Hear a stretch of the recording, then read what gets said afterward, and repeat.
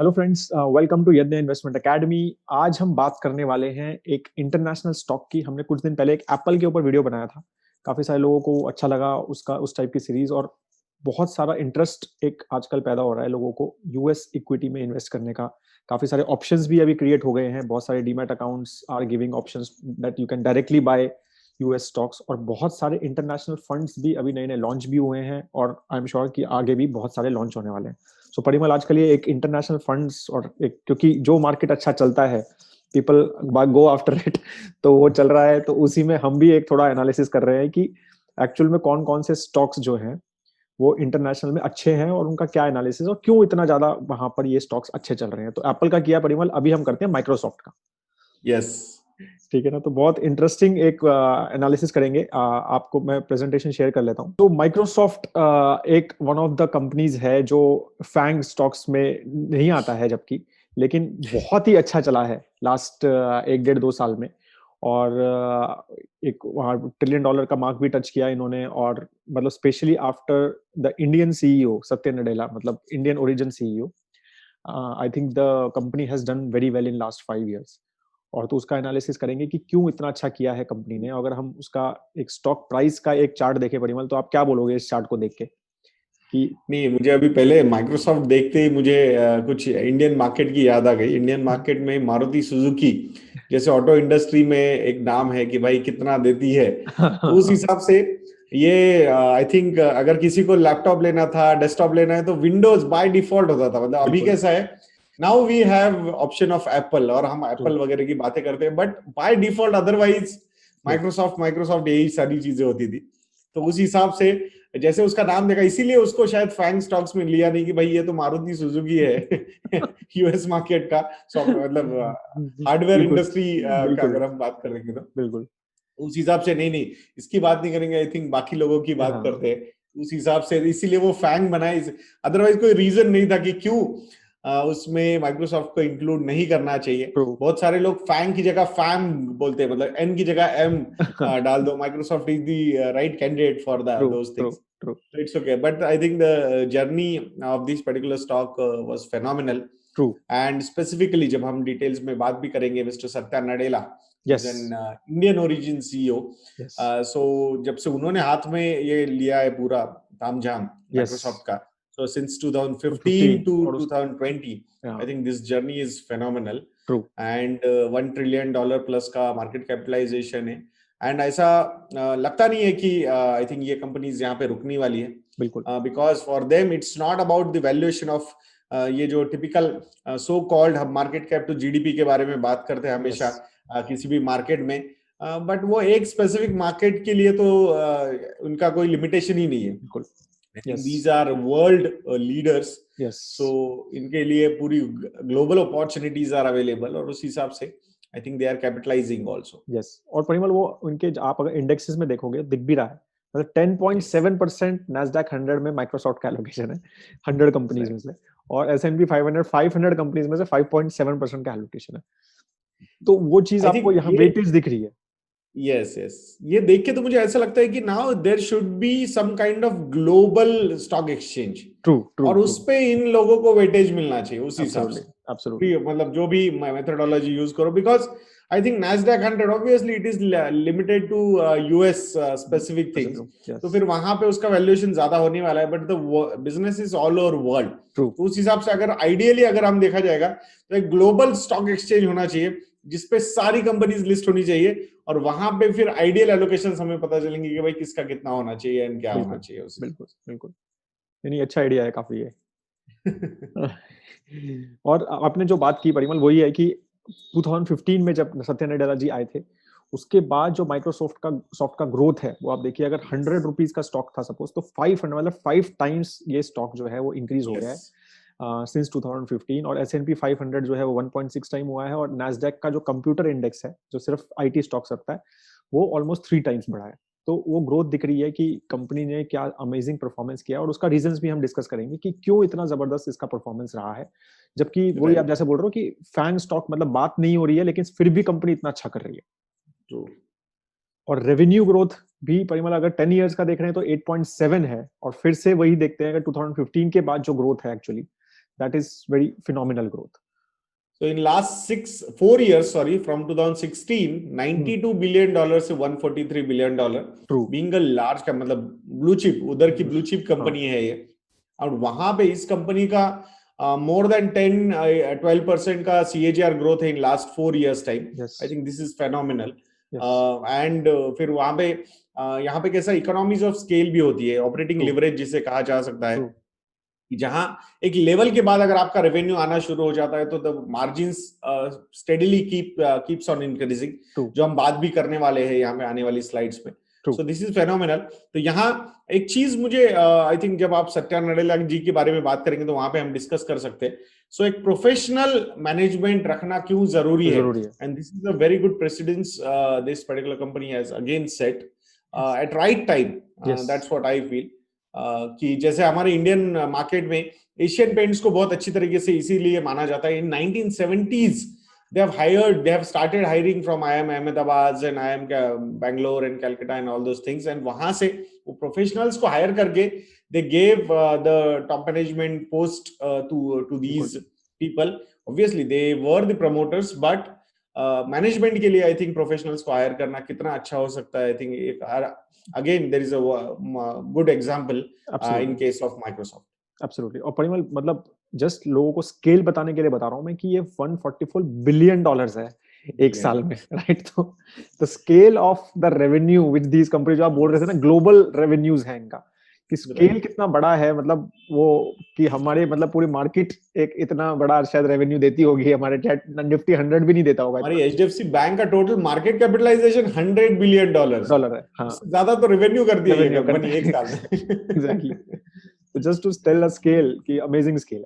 और जो आप बोल रहे थे कि सत्या नडेला जी के बारे में, और इससे पहले स्टीव बाल्मर जी थे, he was one of the promoter of Microsoft, right? And the performance obviously last 5-6 years was not doing great. Pre-tax profit के बारे में अगर बात करें, and then everything changed once Satya Nadella ji joined, and like professional management of 22.7% का CAGR दिखाया है last 5 years में, तो amazing है वो. और same with the net profits, तो $44 billion का net profit है कंपनी का, which they take in their pocket. This is also one of the reasons why these stocks are premiumly valued. Absolutely. So वहाँ जब हम बात करेंगे P ratio वगैरह की, but 22.7% US dollar terms में revenue growth, this is insane, I feel. Yes. And that's why when markets see these kind of growth numbers, तो उनको लगता है यार क्यों 0.5-1% की गवर्नमेंट सिक्योरिटीज में पैसा रखना है.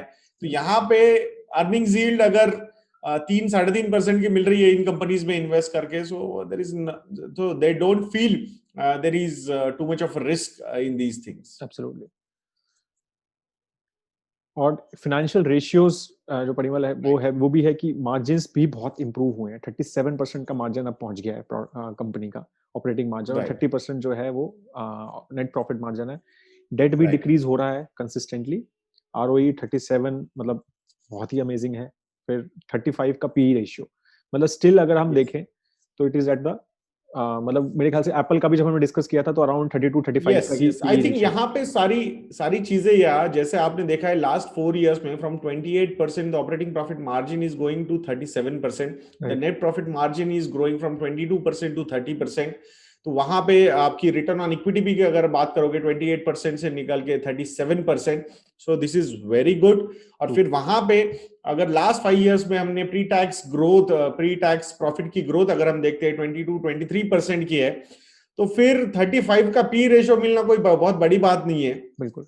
I think I still feel from the P ratio front there is a chance of upside, there is no doubt. I'm not saying कि नहीं चाहिए और इन्वेस्ट कीजिए, and we are saying that no, but the scenario which got developed with the lowest kind of interest rates available all over world, वहां पे अगर ऐसे आपको ग्रोथ के नंबर्स मिलते हैं, so definitely premium valuation रहेगा ही रहेगा, and it can sustain also. That is one more important thing. Absolutely.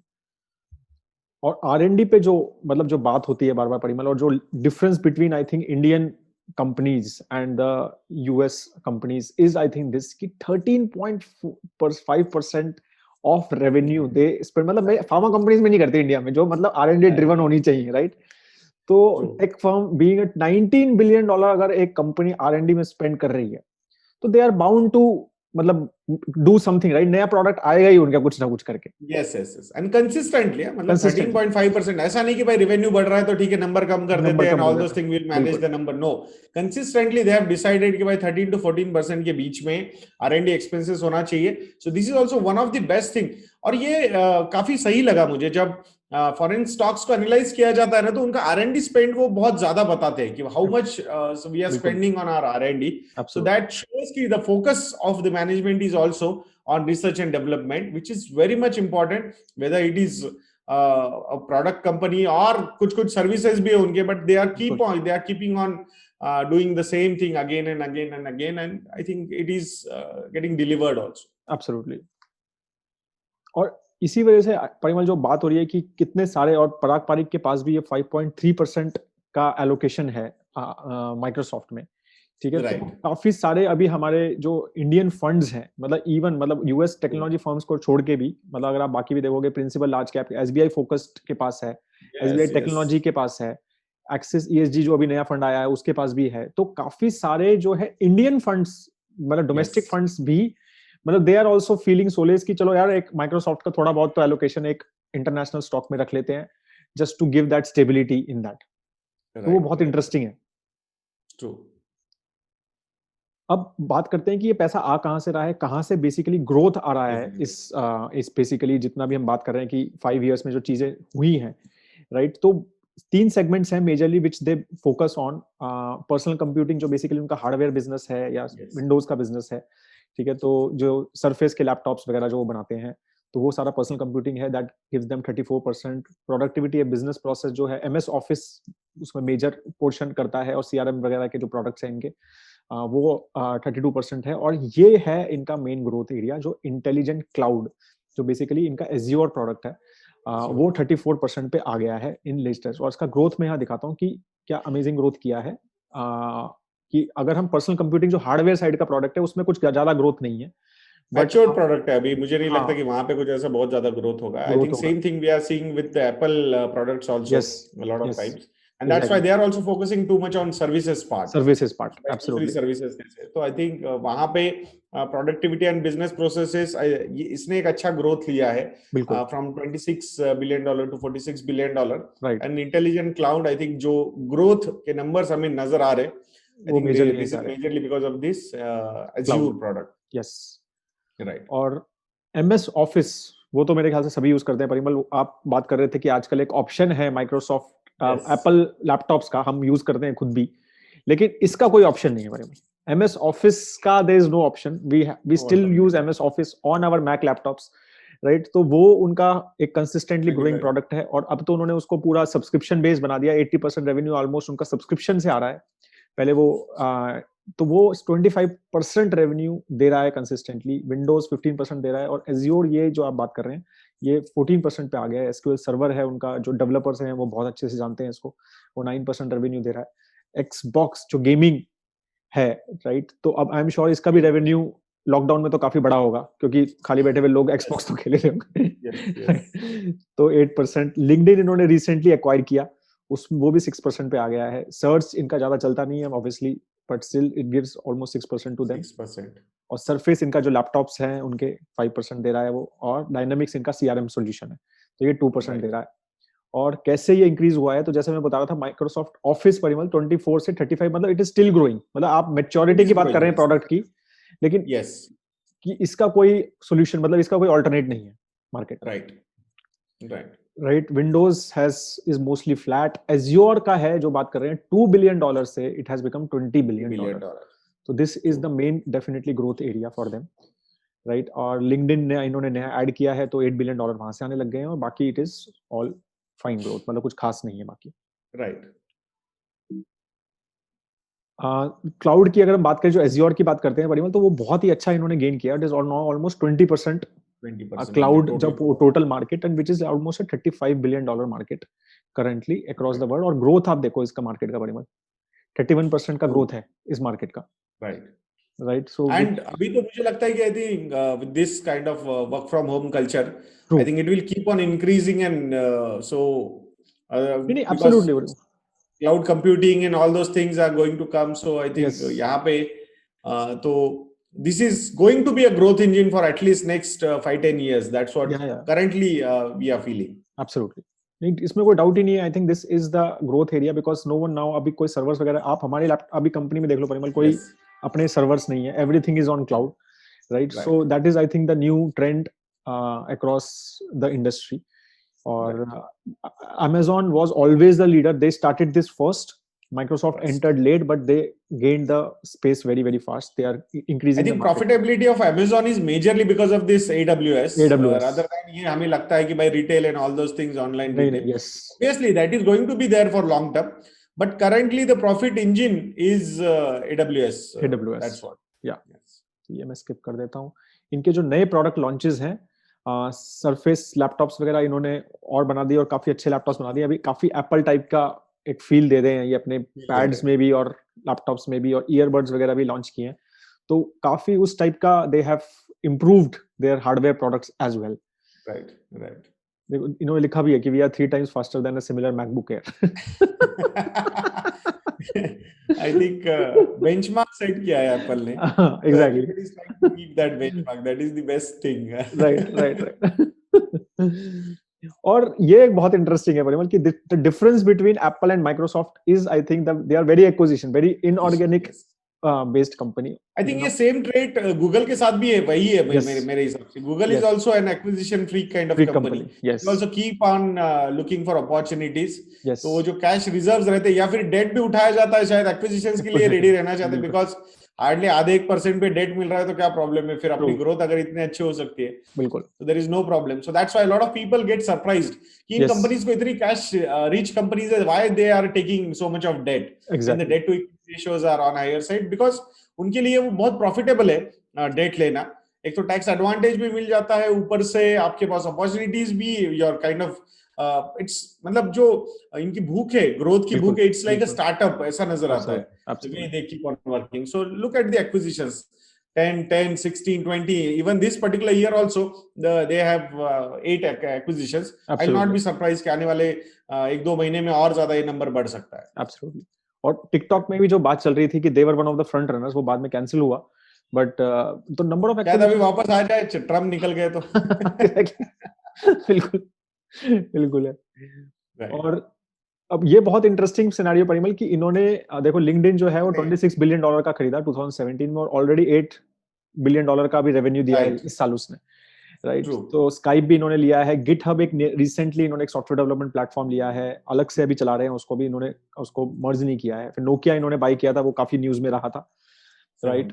तो हाँ, तो ये सारे बड़े बड़े इन्होंने एक्विजिशंस किए हैं. एक बिल्कुल जो बात कर रहे हैं हम रिसेंट की, जो ये जेनीमैक्स मीडिया का भी $7.5 बिलियन का अभी वीडियो गेम्स के लिए एक्सबॉक्स को आई एम श्योर वो करना चाह रहे हैं अपने, और उसमें और ये कंसिस्टेंटली एक छोटे छोटे एक्विजिशंस जो हैं they keep on doing. I think 5G networking and all those things because it is going to be required. True. So कब ये बड़े नाम हो जाएंगे पता भी नहीं चलेगा. So for them it's like जो Phoenix kind of investments होते हैं उस टाइप से they are trying to do that. True.